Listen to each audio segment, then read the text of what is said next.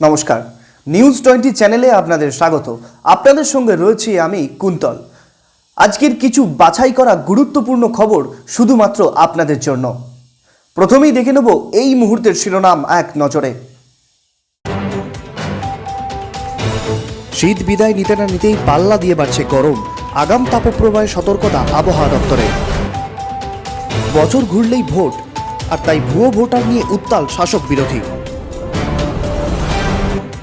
Blackmail করে দিনের পর দিন যৌন নিগ্রহের শিকার বন্ধুর নাবালিকা মেয়ে। সত্যি কি শান্তিনিকেতনের সোনাঝুরিতে রং খেলায় নিষেধাজ্ঞা, না নেপথ্যে অন্য কোনো কারণ? এবার আসছি বিস্তারিত কিছু খবরে। দোল হোলি উৎসবে যে তাপমাত্রা বাড়বে তা আগেই জানিয়েছিলেন আবহাওয়া দপ্তর, আর সেই আশঙ্কাই সত্যি হলো।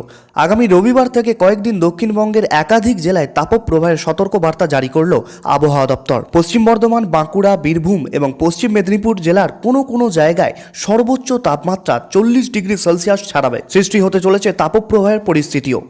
কলকাতা সহ দক্ষিণবঙ্গের অন্য জেলাগুলোতেও তাপমাত্রা আরও বাড়বে। আলিপুর আবহাওয়ার অফিসের অধিকর্তা হাবিবুর রহমান বিশ্বাস জানান, চলতি সপ্তাহের শেষে কলকাতার সর্বোচ্চ তাপমাত্রা 37 থেকে 38 ডিগ্রি ছুঁতে পারে। সামনে পশ্চিমবঙ্গের নির্বাচন। মুখ্যমন্ত্রী একটি দলীয় কর্মী সভায় সরাসরি নির্বাচন কমিশনের দিকে আঙুল তুলেছেন এবং বলেছেন, বিজেপি মহারাষ্ট্র, দিল্লি এবং হরিয়ানায় যেভাবে ভুয়ো ভোটার ঢুকিয়েছে, রাজ্যেও সেই রকম প্রচেষ্টাও চালাচ্ছে। তাই তিনি দলের বিধায়ক এবং পঞ্চায়েত সদস্যদের এই বিষয়ে সজাগ হতে নির্দেশ দিয়েছেন। সজাগ হতে গিয়ে ইতিমধ্যেই খবর পাওয়া গেছে, দক্ষিণ 24 পরগনার চম্পাহাটি গ্রাম পঞ্চায়েতে প্রায় 4500 ভোটার গত 4 মাসে নথিভুক্ত হয়েছে। খোঁজ নিতে গিয়ে দেখা গেছে, এই ভোটারদের কেউ মুর্শিদাবাদ, কেউ মালদা, কেউ শিলিগুড়ি থেকে নথিভুক্ত হয়েছে এবং বেশ কিছু সাইবার ক্যাফে এই কাজের সঙ্গে জড়িত।